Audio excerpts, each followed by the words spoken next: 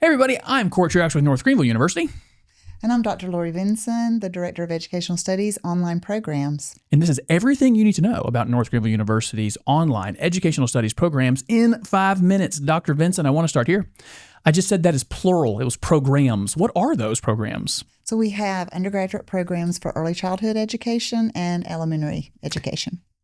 Because I don't know. What is that distinction? What's the age groups or grades for those two programs? So for early childhood, it's kindergarten through second grade. And then for elementary, it's second through sixth grades. And these are both undergraduate programs, bachelor's degrees. Correct. What are you finding in your typical student that is it they were just always called to education? Is this someone's often second career that they decided to pursue online and get into teaching? What are you finding with the students that come to your program? So many times that is a second career. However, since COVID, we have realized that with the teacher shortage, many paraprofessionals, meaning people who are already working in schools as an assistant, are looking for that certification piece. And so with our online program, we're able to meet that need. I just had two thoughts from what you just said. One was I came in the door to ask about demand because I've heard most of my adult life that there was a teacher shortage. Yes. I wondered if that was still the case. Are we still in a dire need for teachers? Yes, very much so. There is a teacher shortage. So high demand field. The second one I thought was when I hear about high demand fields, I'm also constantly hearing about how artificial intelligence is going to affect job markets. This doesn't feel like one of the job markets that would be affected. Is that how you see that? We do see that because we believe that relationships are very important and artificial intelligence cannot meet that need like a person in the classroom. Yeah. When I think about job proofing for the future technology, teaching just feels like one of those things we're going to need forever. Yes. I think about often the end point of our programs, and the end point of this program feels like it would be students, serving the students. So when you think about putting graduates out into classrooms, what do you hope the students taught by North Greenville teachers experience? So we really prepare our pre-service teachers to be a mission field to actually serve the students, but also their families. We feel it's very important to be the hands and feet of Jesus. That's so good. When you think about teaching in this era, we were talking before we turned these cameras on about was it 25 years, 26 years in the classroom? 28. 28 years in the classroom. That's phenomenal. How's it changed? Or maybe are there new challenges for this new group of teachers that maybe you didn't have to experience early on? So yes, technology always changing has always been a factor.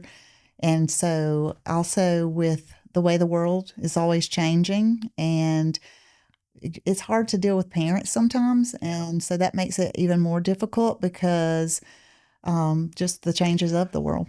I hear the costs here. There's some cost to you to get into education, various stresses.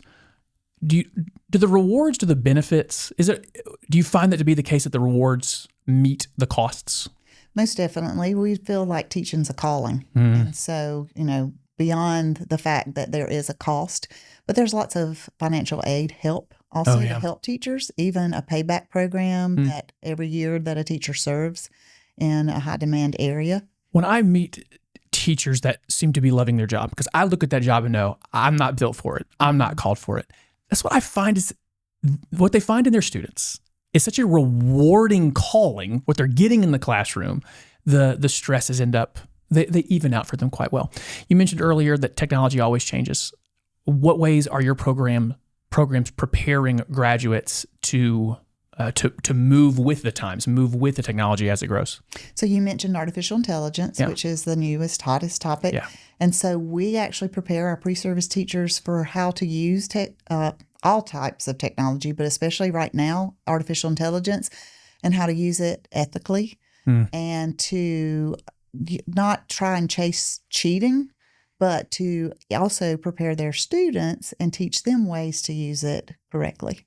When the student who might be thinking about getting into education is thinking about doing it online versus on campus somewhere, what distinctions should they be thinking about? Are there any advantages to doing it online versus in person? So the majority of our students work full time. And so it makes it very doable for those that need to work to have the option to take all their classes online. Doing it online, do you end up getting much interaction with students while in the program, or does that happen post-graduation?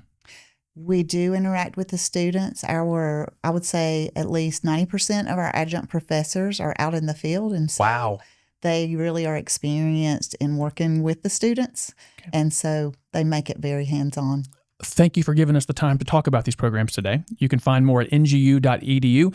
And that's everything you need to know about North Greenville University's online educational studies programs in 5 minutes.